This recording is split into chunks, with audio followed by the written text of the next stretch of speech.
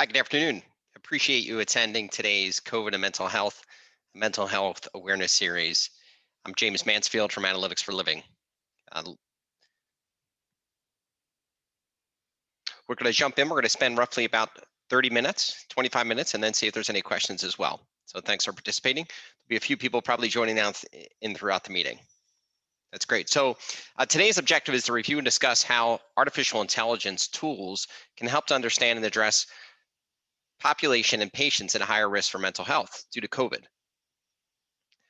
First, of course, we'll talk about a little disclosure, introduction. We'll spend a few minutes around what the research says. We'll spend what's recommended, discuss and address some of the challenges, talk about some of the services, and then see if there's any questions at the end. Thanks again for participating. So perfect. So a little bit about myself. I'm James Mansfield.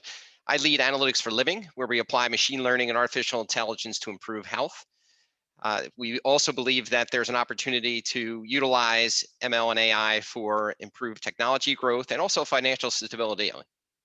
I'm also the lead consultant at Data Prime, and I have 25 years experience in life science, consumer packaged goods, financial services, and most recently with Merck and then GSK. Declining today, but also participating virtually, we'll say, is Tyler Roth and Melissa Wheeler. We have a partnership with Analytics for Living and Data Prime. And at Data Prime, they provide data and analytics solution via a platform to connect executive recruiters and employers. The really focus there is a unique aspect of focusing on trying to find data scientists. That is a very specific group. Great, so that's a little bit about us. Let's jump in right to the agenda here as well. So COVID and mental health, why are we having this conversation? Right, so COVID, that happened roughly, as we all know, right, roughly about 2 years ago, has caused a significant challenge around the mental health and also substance abuse, as well as suicidal ideation, because it's increased over the COVID-19 pandemic. A study was done by the CDC, and roughly what they found is that recently 40% of US adults are reporting struggling with mental health or substance abuse during COVID, right? Those symptoms include anxiety, trauma, increased substance abuse, and also suicide. So a very devastating and challenging piece when you look at the population of roughly 330 million Americans, and 40% of them, right, are struggling with mental health or substance abuse. So we thought this was a good topic for machine learning and AI in particular.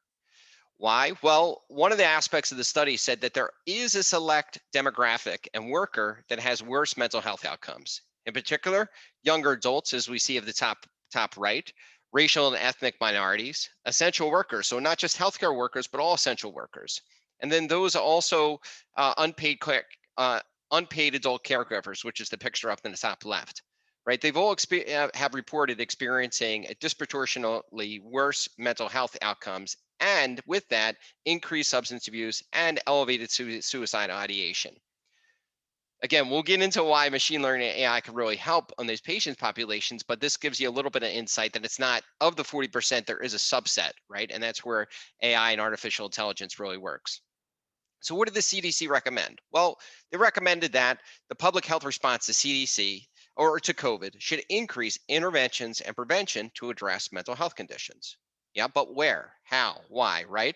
So the response should, if they increase those interventions and preventions, right, what are some of those things that can be done, which could be community level efforts, health communication strategies, prioritizing young adults, racial, ethnic minorities, and also essential workers and unpaid caregivers.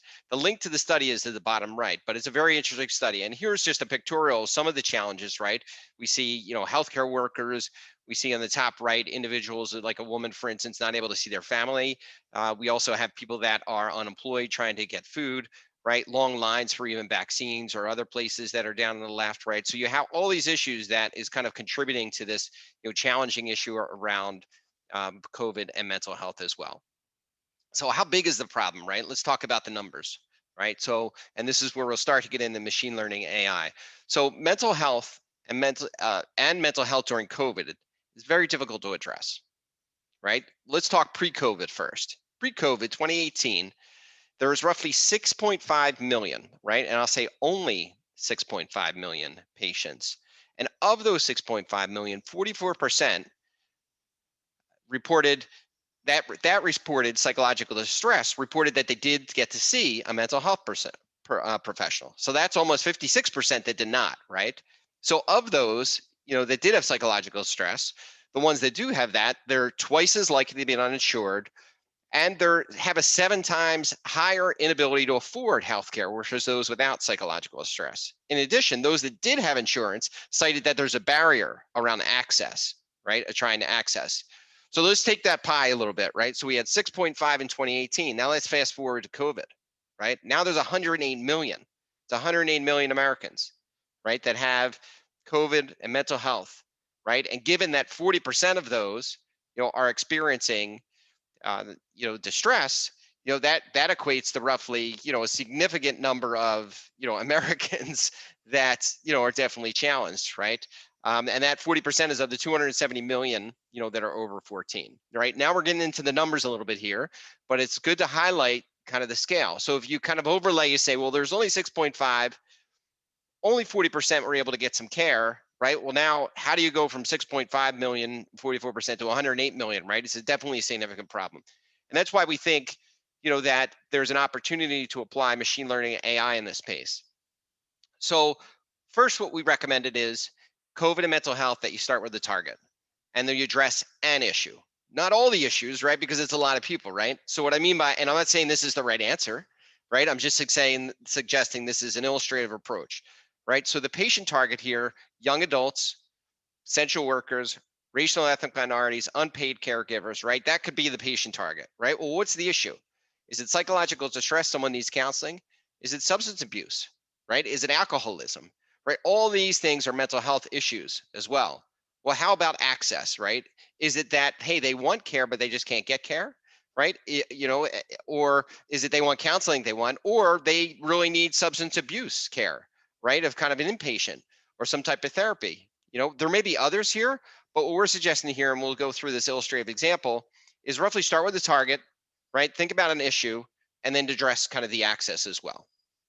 So while we're doing this, I'm going to just open up a quick poll for everyone just to launch the polling. So you're welcome to do that during the time, and then we'll come right back to that as well. I hope I can, that'll bring it back when that comes. So let me just shrink this. So you're welcome to kind of put the poll in there. So great.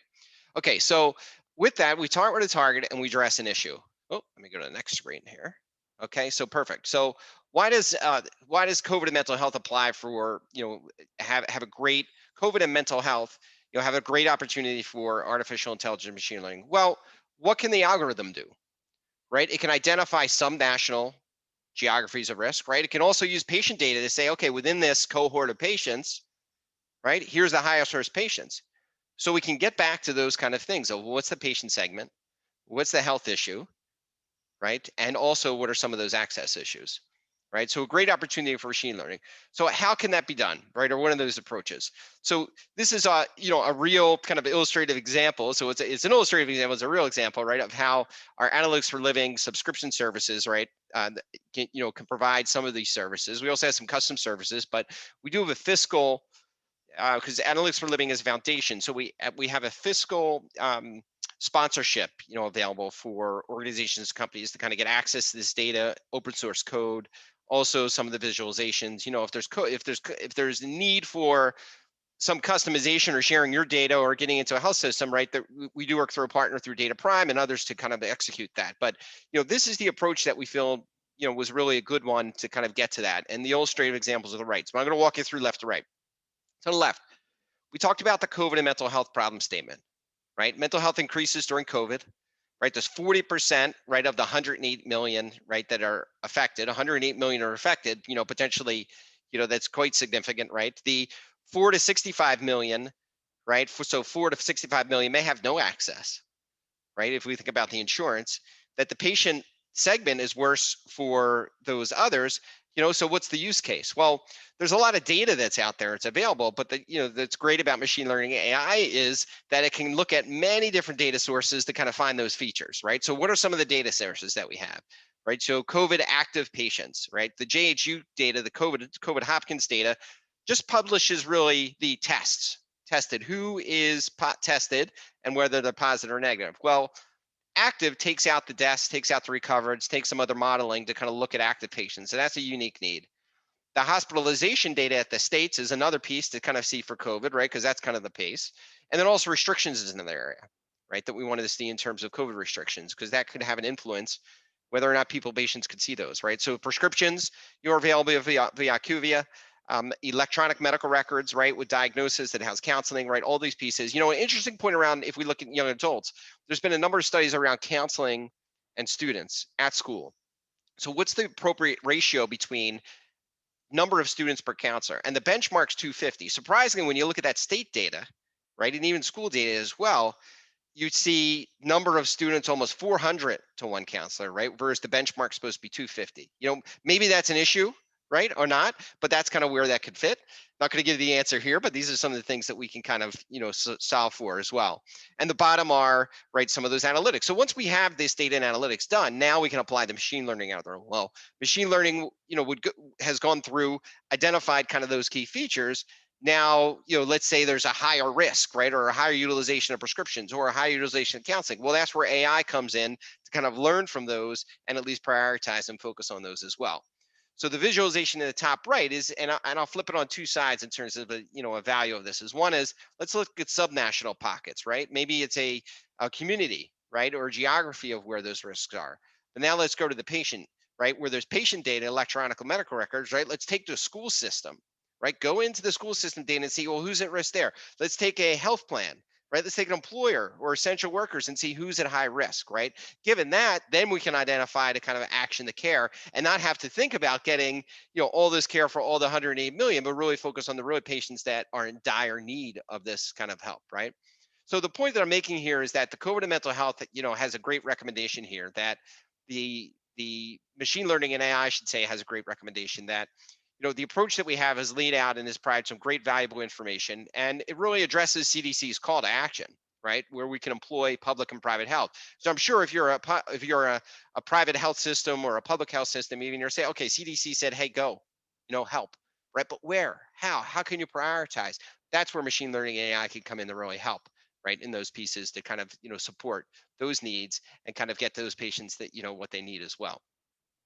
So let's just see if the poll here. So we'll walk through this. We'll walk through this real quick here. So do you believe the CDC quoted 40% of adults are struggling with mental health? Well, higher than 40%. So we're kind of split. We have two people that are in there. So the three of us, right? So if pre-COVID, only 40% of the 6.5 reported seeing a health clinician, what do you believe in now 108 million? Well, though I think we're saying, so it's substance abuse and mental health, right? So I think that's kind of consistent with what CDC is saying, that access is an issue, but substance abuse, there's a couple, government, we understand it, the government, RFP to kind of explore that to see kind of why alcoholism is increasing, right? So this one is, what do you believe the barriers to mental health care for the 40% of the 108 million experience psychological symptoms of stress? We have to see that no need, I'm just fine the way I am, right? I see that there's some people. The other one is access, right? I think that comes up as another piece as key, right? Which demographic worker identified the CDC as worse health outcomes, right? The younger adults, right? I think younger adults is key, right? The suicide rate's very high for teens, and I think that can be approached, right? I think we agree with that as well. Essential workers, right, as well, right? I think still struggling with how to attack and how to go after the unpaid adult caregivers, right? I think that needs a little bit refinement or trying to how to find that. But I think community outreach and organizations for racial and ethnic minorities, right, is a really great one as well, right? Is how relevant. So high relevant. Thank you very much. And relevant. So that's great. I appreciate you kind of providing some feedback here. So that's great. Awesome. So I am going to go to the next, quick slide here. So what about analytics for living, right? Where do we focus on? So we do focus on kind of, the vision is named analytics for life, needing to improve life is the mission. The one thing that we do offer is we have a, foundation. So we through 503(c) categorization, we do take, and provide subscriptions to this information as a fiscal sponsorship. We also have custom kind of engagement through organizations that want to get access to this or provide their data, where we can provide that because it's aligned to our mission. And if you go to our website, Analytics for Living, you'll see under fiscal sponsorships, you'll see the list of different health areas that we have already available, if you're interested to explore further. Data Prime is our good partner, right? When we need staff or talent or people, right, we work with them. They also have great team to work with, as well. So with that, I know I wanted to keep this right to the time. I probably talked a little bit fast here, but I really appreciate your participation and feedback on there. And I thank you, very much for your participation. A couple just quick commercials too as well. We do have a couple different other topics in mental health that are coming up. I think we have teen suicide tomorrow, which is another topic. It was mental health awareness month. It was in June, so we're kind of carrying forward to look at teen suicide. PTSD is roughly about 2 weeks from now. We have had an Alzheimer's scheduled, and that's a great topic right around USA and Japan. That's about a week from now. We'll have that topic. Similarly, for multiple sclerosis, right, about identifying risk scores. We did talk about the mental health, and another piece that's really dear to our heart we had this week, and we will host it again, kind of how we can improve the rate of immunizations for women and children around the world. I quote 80 million, but it's actually 200 million children that are unvaccinated due to COVID now. So, a significant health challenge, and it's a great topic. If you'd like to see it, before it airs, just shoot me an email and I'll, send that back to you, the video. It should be on our YouTube site and on our webpage there. And then also children's preventable diseases. We're going to drill into a couple therapeutic areas, RSV, pneumococcal, varicella, chickenpox, right, and prematurity as well. Kind of all hot topics that, really there's, they don't need to happen, right? We don't have to have these children that are dying every year, because there's a vaccine that's out there, right? And the last piece is modernizing health services, where we did host a piece yesterday, and then we also have financial services. So all great topics, and really appreciate. I'll go back to the thank you page right now. Thank you for participating today, and we look forward to continuing on the next engagement.